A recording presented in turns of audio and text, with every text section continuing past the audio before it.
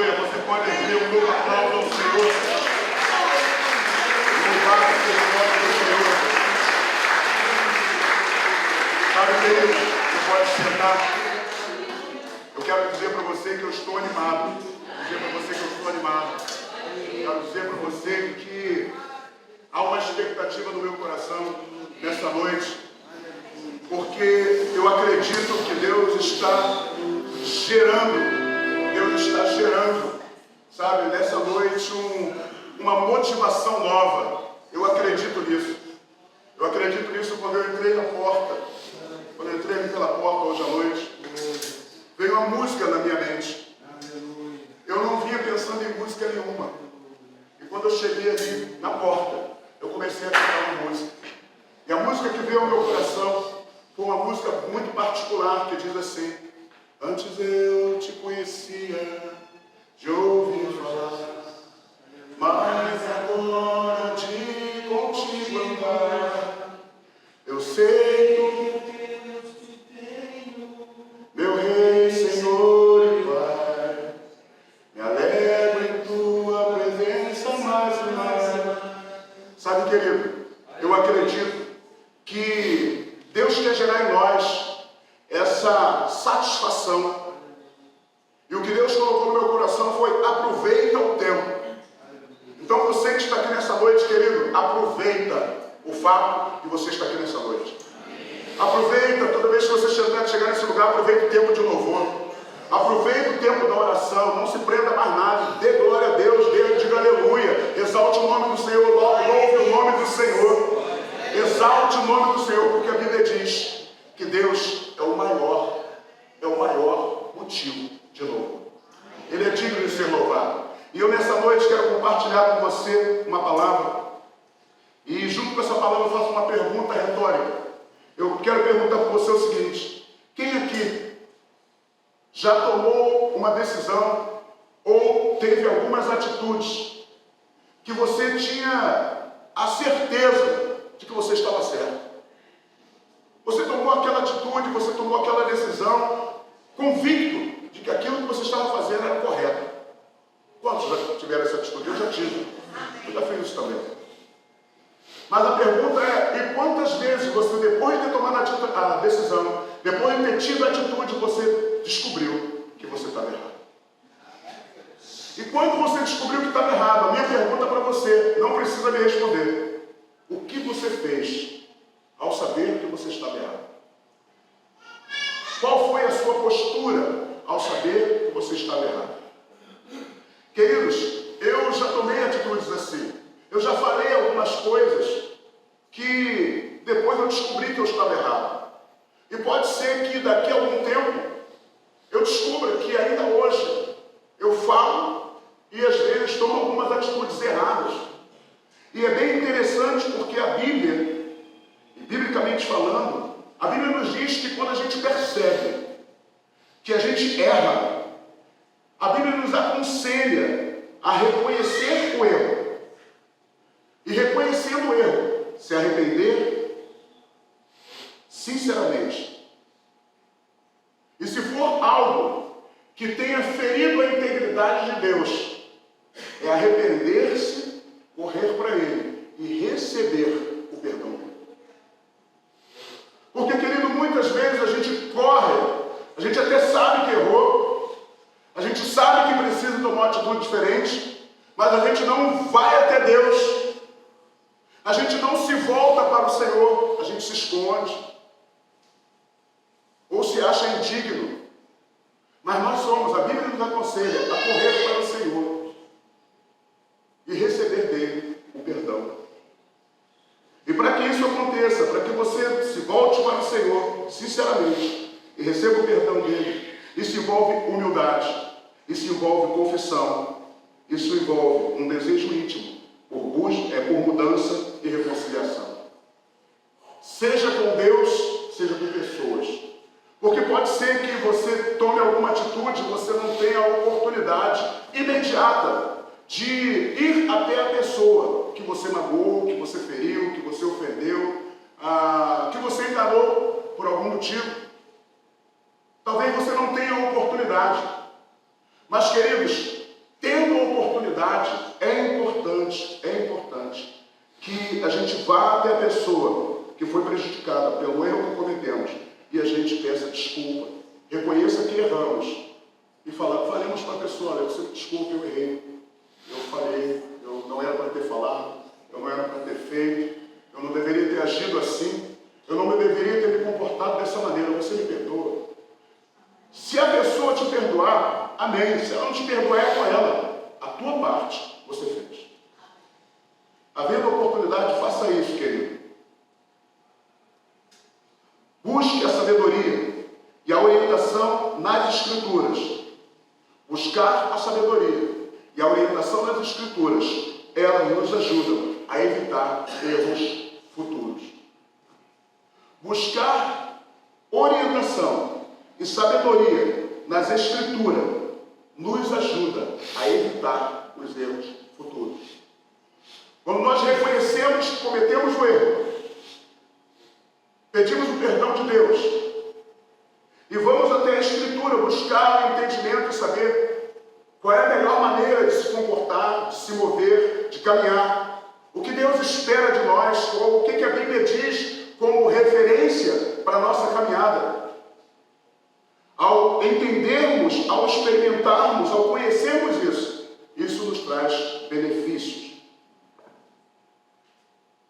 1 João 1,9 diz assim: se confessarmos nossos pecados, Deus é fiel e justo para nos perdoar os pecados e nos purificar de toda a injustiça. Então, se nós confessamos o pecado, se nós confessamos, se nós declaramos o nosso erro e chegamos diante de Deus, Ele nos perdoa. Se nós formos até a outra pessoa e falarmos com ela o erro que cometemos, estamos ali liberando o nosso coração, estamos ali limpando o caminho para, quem sabe, uma reconciliação. Quem sabe essa pessoa volta a caminhar melhor. Quem sabe a mágoa no coração dessa pessoa é removida. Porque, sim, queridos, pode ser que o erro que nós cometemos involuntariamente no passado possa estar hoje ainda impedindo algumas pessoas de continuar caminhando. Ah, mas ela é imatura. Sim, mas não muda o fato ou a realidade de que nós fomos o agente, nós fomos o instrumento que infelizmente foi usado para magoar, para entristecer, como se fôssemos pedras de tropeço na vida de alguém. Mas o fato, queridos, é que existe um Deus que perdoa os nossos pecados e também nos purifica de toda injustiça. Ele nos perdoa e nos ajuda a continuar caminhando. Ele nos perdoa e nos dá plenas condições de vencermos aquele desafio e continuarmos caminhando. Provérbios 28, versículo 13 diz assim: quem tenta esconder os seus pecados não terá sucesso na vida, mas Deus tem misericórdia de quem confessa os seus pecados e abandona. Mas, pastor, o que tem a ver os erros? O que você está querendo dizer com a questão do pecado? Queridos, muitos erros que cometemos, nós entendemos que são apenas erros comuns, erros simples, erros que foram um deslize, um movimento. Mas pode ser, queridos, que esse erro, que foi um deslize, que foi simples, feriu a integridade de Deus. Se fere a integridade de Deus, é pecado. Se é pecado, precisa ser confessado. E esses dois versículos que eu acabei de falar, tem muitos outros. Eles dão ênfase à importância do arrependimento, a confissão e a busca pelo perdão para lidar com os erros. Vou falar de novo. Esses versículos que eu acabei de falar dão ênfase à importância do arrependimento, da confissão e a busca pelo perdão para lidar com os erros. Mateus 22, versículo 29. Os saduceus estavam dentro de um contexto errado. Eles estavam dizendo que não havia ressurreição. E aí os homens vão conversar com Jesus e começaram a compartilhar com Jesus qual foi a orientação que Moisés deu para eles a respeito desse assunto. E aí Jesus, a resposta de Jesus para eles é assim, olha, errais por não conhecer as Escrituras e nem o poder de Deus. Queridos, esse fato Jesus respondeu para os saduceus. Mas quantos erros eu e você, quantos erros a igreja cristã, quantos erros estamos cometendo hoje, porque não conhecemos a Escritura e o poder de Deus. Quando você começa a conversar com as pessoas e você começa a ouvir as histórias, você começa a perceber que muitas pessoas, na boa intenção, olharam para a Bíblia. Isso já aconteceu comigo, tá, queridos? Tiveram uma interpretação segundo o seu próprio sentimento e agiram no impulso. E nesse impulso, começa a ensinar errado, começa a agir errado, dão início a afirmações como se tem que ser assim, é desta maneira, não pode ser de outro jeito, porque a Bíblia diz isso, e usa a Bíblia como respaldo para justificar a sua interpretação pessoal daquele texto. Eu acho que é assim, eu entendo assim, e aí expõe. Então eu acredito que o que Jesus falou para os saduceus ainda hoje serve para mim e para você como um aprendizado. Porque, queridos, errar por não conhecer as Escrituras refere-se a cometer erros ou equívocos por falta de compreensão ou conhecimento das passagens bíblicas e ensinamentos contidos na Escritura. Vou falar de novo. Não conhecer as Escrituras pode fazer com que cometamos erros e equívocos.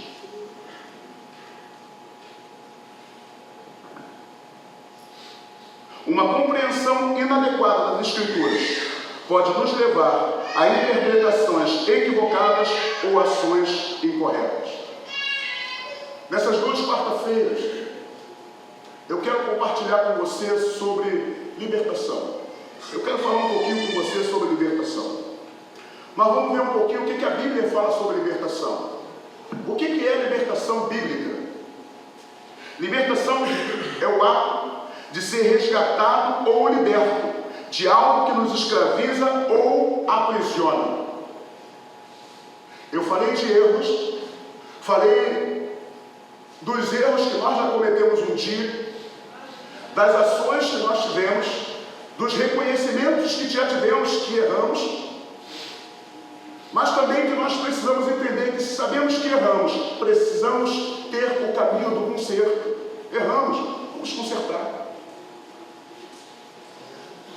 Uso como exemplo esse texto que fala errais por não conhecer a Escritura e o poder de Deus.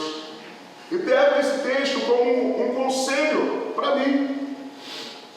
Zé Luiz, você está errando.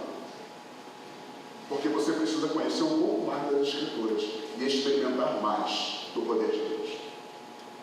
Porque a partir do momento, queridos, que eu começo a conhecer a Escritura, e a partir do momento que eu começo a experimentar mais do poder de Deus, a consequência é que aquilo que eu conheço começa a se tornar vivo dentro de mim. Essa palavra que eu um dia li, um dia absorvi, ela começa a tomar vida. E essa vida que toma dentro de mim, ela começa a me levar a andar na direção que ela está me dando. E eu começo a andar segundo o modelo que Cristo deixou para a igreja, segundo o modelo que Deus deixou para nós. Libertação é o ato de ser resgatado ou liberto de algo que nos escraviza. Resgatado na Bíblia se refere ao ato de ser liberado ou salvo de uma situação de dificuldade ou escravidão, seja ela física, espiritual ou moral. Resgatado é o ato de ser liberado ou salvo de uma situação de dificuldade ou escravidão, seja física, espiritual ou moral. João 3,16 diz assim: porque Deus amou o mundo de tal maneira que deu o seu Filho unigênito, para que todo aquele que nele crê não pereça, mas tenha a vida eterna. Ela enfatiza a ideia de que Jesus foi dado como sacrifício para a redenção de toda a humanidade, oferecendo a oportunidade de vida eterna para aqueles que creem nele. Então Deus, olhando para a humanidade, olhando para o homem, Deus decidiu resgatar o homem. E para que resgatasse o homem, o que Deus proveu? Jesus. Então João 3,16 enfatiza isso, que Jesus veio para resgatar, para resgate do homem. Quando eu olho para essa questão de que Jesus veio para resgate do homem, eu lembro de mim. Um dia eu vivi na escravidão. Um dia eu fui escravo das minhas próprias vontades. Um dia eu vivi preso. Eu me lembro que às vezes eu nem queria ir para alguns lugares ou fazer algumas coisas. Mas quando alguém chegava perto de mim e falava assim: não vai não, você é bobo, vamos lá. E aí o bobo, que achava que era esperto, deixava o caminho certo e ia na direção do caminho errado. Escravo das minhas vontades, escravo do pecado. Jesus veio com essa proposta, queridos, de nos resgatar. Então a libertação, ela é o ato de ser resgatado ou liberto de algo que nos escraviza e aprisiona. Se por um lado eu fui resgatado, quando eu sou liberto, quer dizer que eu sou posto, eu sou solto ou posto em liberdade. É o ato de ser liberado de restrições ou qualquer forma de limitação. Ser liberto é o ato de ser solto. É ser solto ou posto em liberdade. Então, a realidade é que Jesus, Ele me resgatou e me libertou. Agora eu não sou mais escravo das minhas vontades. Por quê? Porque Jesus me dá plenas condições de fazer com que eu não permaneça cativo às minhas sensações, emoções e desejos. Hoje eu sou livre para dizer: não, isso está errado. Deus, me ajuda. Eu quero ir nessa direção. E ainda que eu erre, ainda que eu cometa o erro, o Espírito Santo que há em mim, ele me convence de que aquilo que eu fiz está errado. E agora, querido, cabe a mim voltar e ir para o lugar de onde eu não deveria sair. Mas o Espírito Santo nos capacita para isso. Deus habita em mim e em você pelo Espírito. E Ele nos capacita para que nós possamos experimentar desse resgate e dessa libertação. Mas pastor, de que nós somos resgatados ou libertos? O texto nos diz: Ele nos liberta de algo que nos escraviza e nos aprisiona. Escravizado biblicamente significa estar subjugado a um poder ou domínio externo, geralmente em termos de servidão forçada ou submissão. Nós temos o exemplo bíblico, o exemplo de Êxodo, quando o povo estava ali, o povo de Israel estava no Egito, sob a opressão dos egípcios. E Deus, com mão forte, enviou Moisés e libertou esse povo. O povo estava escravizado, então Deus libertou o povo e usou para libertar o povo a pessoa de Moisés. Debaixo do poder dele, Moisés foi o instrumento que Deus usou para libertar o povo da escravidão. Aprisionado refere-se a estar preso, limitado, restrito por circunstâncias, que podem ser pensamentos, emoções ou situações que impedem o desenvolvimento, liberdade ou realização pessoal. Aprisionado é o ato de você estar, refere-se a estar preso, limitado, restrito por circunstâncias, que também pode ser pensamentos, emoções, situações que te impedem de se desenvolver. Isaías, capítulo 61, versículo 1, Jesus diz, o profeta Isaías diz, né? Eu digo Jesus diz, porque mais à frente, Jesus lê o livro do profeta Isaías, e ele diz, hoje se cumpriu a Escritura, por isso que eu falei, Jesus diz. Mas o profeta de Isaías 61 diz assim: o Espírito do Senhor Deus está sobre mim, porque o Senhor me ungiu para pregar boas novas aos quebrantados, enviou-me a curar os quebrantados de coração, a proclamar libertação aos cativos e a pôr em liberdade os algemados. Então o Espírito do Senhor Deus estava sobre ele, para quê? Para que ele proclamasse libertação aos que estavam presos, para que ele pusesse em liberdade os que estavam cativos. Isaías 61, na linguagem do Novo Testamento, linguagem de hoje, diz assim: o Senhor Deus me deu o seu Espírito, pois ele me escolheu para levar boas notícias aos pobres. Ele me enviou para animar os aflitos, para anunciar libertação aos escravos e a liberdade para os que estão na prisão. A metáfora de estar aprisionado é usada para representar aqueles que estão espiritualmente oprimidos, cativos, quebrantados. Existe uma promessa de libertação e cura. E quem promete isso? Deus. Deus liberta o homem que está preso. Deus liberta o homem que está cativo pelo seu poder, pelo poder da sua palavra. Queridos, quando você recebeu a Jesus como seu único suficiente Senhor e Salvador, você foi resgatado e você foi liberto do poder do pecado. O pecado não tem mais domínio sobre você. Você pode dizer não para ele. Amém. Quando eu digo você, eu falo você e também eu, porque todos nós estamos sujeitos, queridos, a pecar. Aliás, a Bíblia nos diz que se nós dissermos que não temos pecado, estamos mentindo e fazemos Deus mentiroso. A Bíblia diz que todos nós pecamos. Mas, querido, o fato é que o peso do pecado, aquilo que nos prendia, aquilo que nos aprisionava, aquilo que servia para nós como algema, foi quebrado pela obra de Jesus na cruz do Calvário. Glória a Deus! E aí, queridos, a gente esbarra em algumas situações onde, desculpa a expressão, por não conhecer as Escrituras e não conhecer o poder de Deus, nós nos esbarramos naquele conceito de ficar com medo do diabo. E aí, com medo do diabo, nós somos presas fáceis para ele. E ao invés de nós entendermos e recebermos essa palavra pela fé de que Jesus nos libertou, nós ficamos correndo atrás de pessoas, pedindo que alguém imponha as mãos sobre nós e repreenda o diabo. Ora, se você pertence a Deus, o que o diabo está fazendo na tua vida?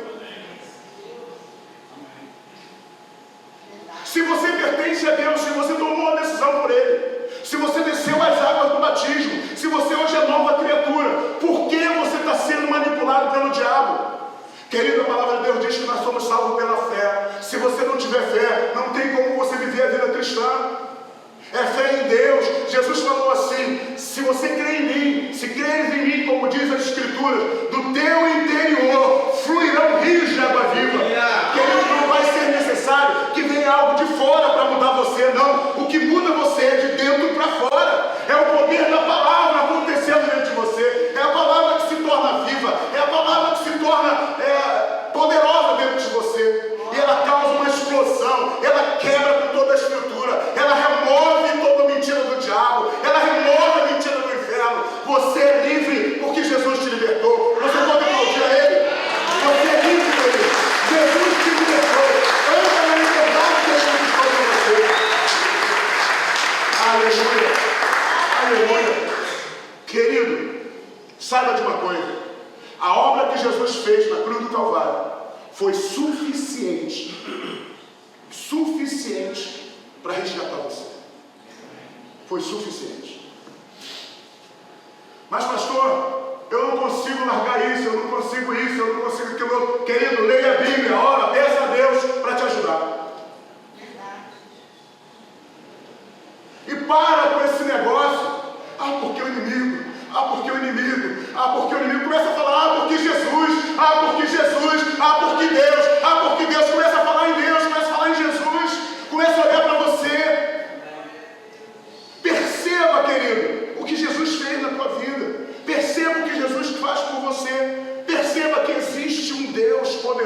Querido, dentro de você é TNT pura, que tem dentro da explosão. Aleluia. Tem fogo aí. Creia nisso, tem fogo aí, querido.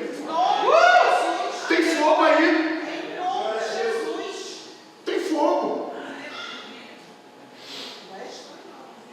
Eu estou falando de libertação, querido.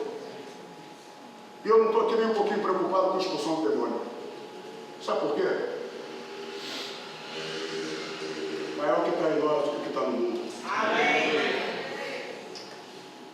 Se o Filho vos libertar, verdadeiramente sereis livres. Glória a Deus. Se o Filho te libertou, você é livre. E acabou o papo.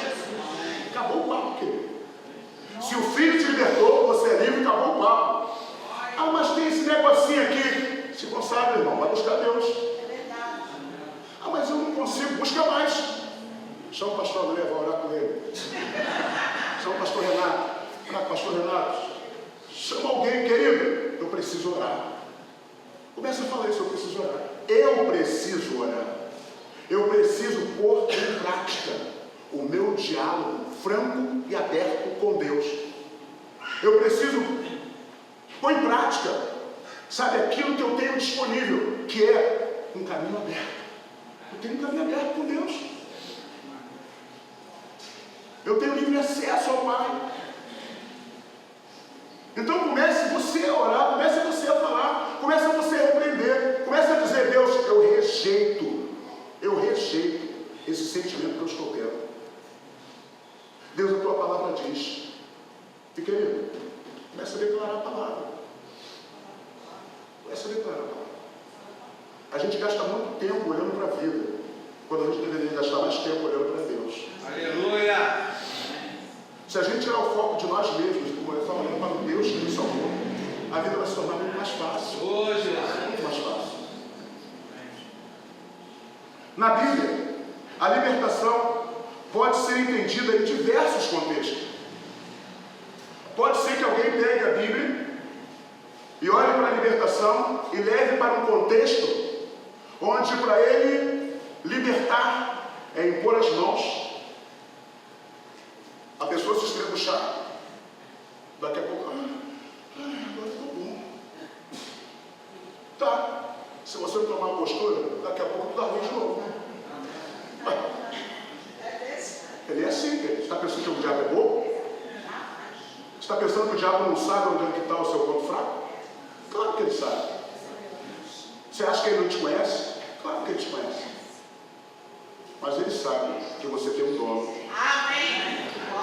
Ele sabe que ele não pode tocar na sua vida, a não ser que você abra a porta. É como se você dissesse assim: você olhou o diabo ali, abre a porta,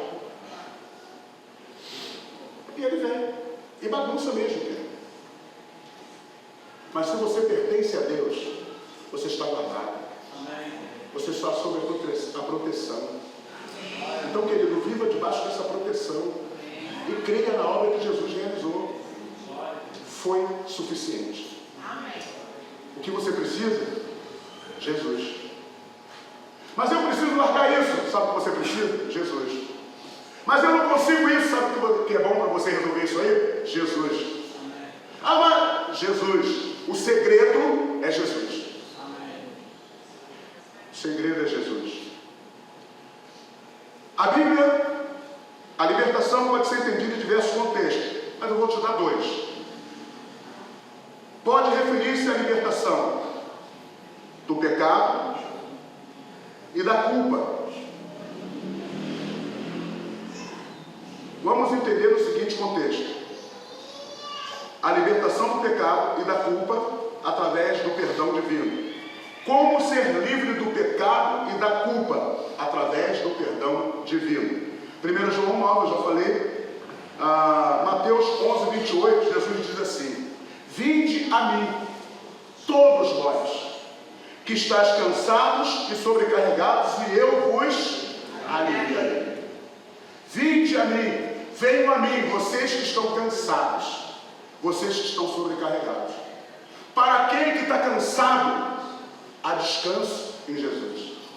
Eu não sei como está a tua vida hoje, não sei como você está, como foi o seu dia. não sei como é que está, sabe, as situações da sua vida, não sei quais são as demandas que você tem no teu coração, no seu pensamento, mas saiba de uma coisa: há descanso para você. Jesus diz assim: vinde a mim, todos vós que estáis cansados e sobrecarregados. Sobrecarregado, queridos, é sobrepeso. É você estar carregando um peso e alguém vem e coloca mais uma porção. Jesus diz que Ele te alivia desse sobrepeso. Ele não só te livra desse cansaço, como remove a carga. Qual é o segredo? Jesus. O segredo é Jesus. Também fala sobre a libertação de situações difíceis, como doença, opressão ou adversidades. Vamos ler o Salmo 107, versículo 20. Na realidade, queridos, eu queria ler o Salmo 107 todo. O Salmo 107 é maravilhoso. É maravilhoso o Salmo 107. O Salmo 107, ele chama as pessoas para louvar a Deus pela bondade dele. As pessoas que foram salvas pelo perigo do deserto, as pessoas que foram libertadas, as pessoas que foram curadas de enfermidade, pessoas que foram salvas de perigo. O Salmo 107 chama as pessoas que passaram por essas situações para louvar a Deus pelo que Deus fez. Então o Salmo 107 todo, ele vai contar o que aconteceu com o homem, vai falar o que Deus fez. E quando você começa a ler o que aconteceu e o que Deus fez, você encontra motivo para louvar a Deus. Quando você olha para a tua vida, para a tua história, e você lembra o que você passou, de onde você veio, eu tenho certeza que você não é mais a pessoa que você era. Às vezes gastamos muito tempo pensando que não somos ainda, não sou ainda, queridos. Louve a Deus pelo que você é. Mas eu não tenho ainda. Louve a Deus pelo que você tem. E você vai experimentar coisas sobrenaturais. Então, Salmo 107, versículo 20, olha o que o texto nos diz: com a sua palavra ele os curou e os salvou da morte. Deus cura e salva. Como que Deus cura e salva? No poder da sua palavra. Queridos, a palavra de Deus é medicina para nós. A palavra de Deus é medicina para você. Talvez você está enfermo na sua alma. O que você precisa é conhecer a Escritura. Sabe essa enfermidade, esse sentimento que tem na sua alma? Sabe o que você precisa? Conhecer as Escrituras.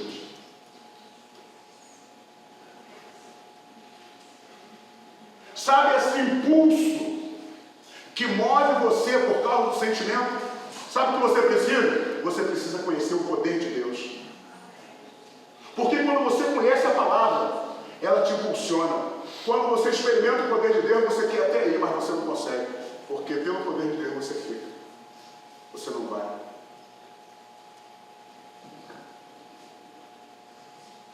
Novo Testamento, a linguagem de hoje diz assim: enviou a sua palavra e os sarou e os livrou da destruição. Deus cura, Deus salva, Deus sara e Deus guarda a vida do homem. Te incentivo a ler o Salmo 107 todo. Vai para casa, um tempo de meditação, para ler um pouquinho Salmo 107. Você vai encontrar motivo para louvar a Deus. Amém. A Bíblia ensina que Deus é um Deus libertador e que deseja libertar as pessoas do que as prende e trazer liberdade, paz e vida abundante. Vamos lá, querido. A Bíblia ensina que Deus é um Deus libertador, que deseja libertar as pessoas do que as prende. Se tem alguma coisa te prendendo, creia, é desejo de Deus libertar você dessa prisão. É vontade de Deus, é desejo de Deus livrar você disso que está te oprimindo. É vontade de Deus, é propósito de Deus libertar você e ajudar você a viver uma vida em paz. Quais são os textos bíblicos que falam sobre o ensino referente à libertação? Vou ler rápido para a gente poder terminar. Diz assim, João 8,36 diz assim: se, pois, o Filho vos libertar, verdadeiramente sereis livres. Se, pois, o Filho vos libertar, verdadeiramente sereis livres. Salmo 34, versículo 17, diz assim: os justos clamam e o Senhor os ouve e os livra de todas as suas angústias. Querido, quer ser livre das suas angústias? Clame a Deus. Você sabe o que é clamar? Clamar é gritar. Clamar é falar em voz alta. Lembra do cego Bartimeu? O cego Bartimeu está sentadinho na dele ali. De repente ele ouve um barulho. E ele pergunta: o que é isso que vem que está acontecendo aí? Alguém fala assim: ó, Jesus está vindo aí. Olha aí, uma grande oportunidade. Ele já tinha ouvido falar de Jesus? Com certeza. Sabia, já tinha ouvido o que Jesus tinha feito. E aí ele começa a clamar: Jesus, filho de Davi, tem compaixão de mim. Jesus, filho de Davi, tem compaixão de mim. Por que você não pode gritar hoje: Senhor, me socorre? Senhor, me ajuda. Senhor, eu não estou aguentando mais lidar com esse sentimento. Senhor, eu estou a ponto de desistir, mas a tua palavra diz para mim permanecer. A tua palavra não me incentiva a desistir. Contrário a isso, ela me incentiva a continuar. E Deus, eu quero continuar, mas eu preciso da tua ajuda. E você grita, você clama, você chora, você não se cala. Querido, eu tenho certeza, vai chegar um momento que o Espírito Santo vai te envolver e você vai começar a chorar. E essa dor que está no teu coração, e essa angústia vai ser removida pelo poder do nome de Jesus. Eu creio nisso, querido. Eu creio nisso. Jesus liberta o homem. Salmo 107, versículo 13 e 14 diz assim: então clamaram ao Senhor na tribulação, e Ele os livrou das suas angústias, tirou-os das trevas e da sombra da morte, e quebrou-lhes as prisões. Querido, sabe o que Deus fez? Deus resolveu o problema que eles estavam vivendo. Não, é uma expressão minha, tá? Não gastaram tempo reclamando com os outros. Não gastaram tempo questionando os outros. Não gastaram tempo murmurando. Eu entendo que na nossa humanidade, queridos, a gente murmura, a gente reclama, a gente se lamenta. Eu faço isso também, queridos. Ou você acha que o pastor aqui é super? É Jesus, queridos. É se escondendo, esconderijo do Altíssimo. Eu sei que o melhor lugar para mim estar é lá. Por isso, todas as vezes que eu entrar por essa porta, eu quero aproveitar o fato de estar aqui. Sabe por quê? Porque aqui não tem o barulho que tem lá fora. Aqui o ambiente é favorável. Eu venho lá de fora, um pouquinho pegando fogo. Quando eu chego aqui junto contigo, aí a chama, tudo é favorável. Aqui é o lugar de você desfrutar da presença de Deus. Aqui é o lugar. Aqui é o lugar. 2 Coríntios capítulo 3, versículo 17 diz assim: ora, o Senhor é o Espírito, e onde está o Espírito do Senhor, aí a liberdade. Cristo é o Espírito que dá a vida, que dá sentido à palavra. Ele é a soma de tudo, Ele é a essência, Ele é o fim, Ele é o significado de tudo. Quem se volta para Jesus recebe o Espírito iluminador e vivificador. Quem se volta para Jesus recebe vida, porque aonde Jesus está, aí há liberdade. Se Jesus habita em você, você é livre. Não há nada que possa te prender, querido. Não há nada que possa te limitar. Há um canal, há um caminho aberto para você desfrutar desse algo sobrenatural que Deus está disposto a derramar sobre você. Como eu falei no início, eu estou motivado, querido, porque essa palavra me motivou. Essa palavra me motivou.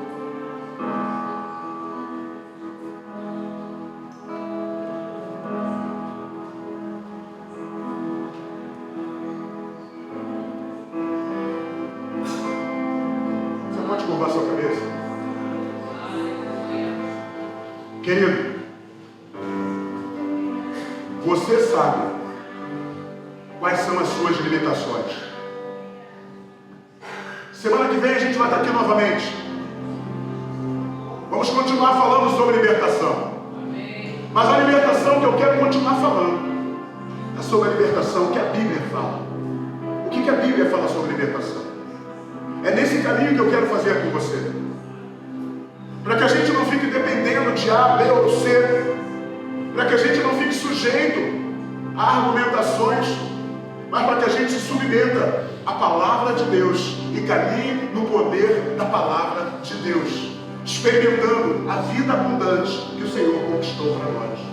Existe uma vida abundante disponível para mim e para você, e nós precisamos nos apropriar dela, porque já está disponível.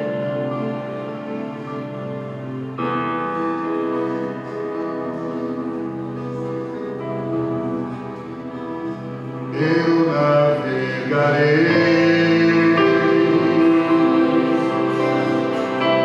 no oceano do Espírito. Cadê Juliana? E ali adorarei.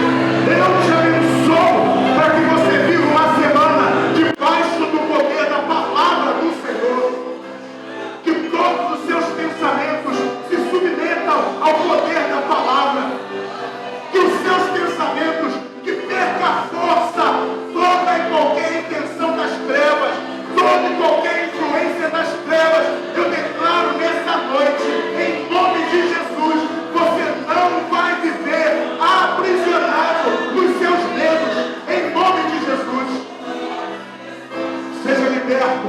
Seja liberta pela palavra nessa noite.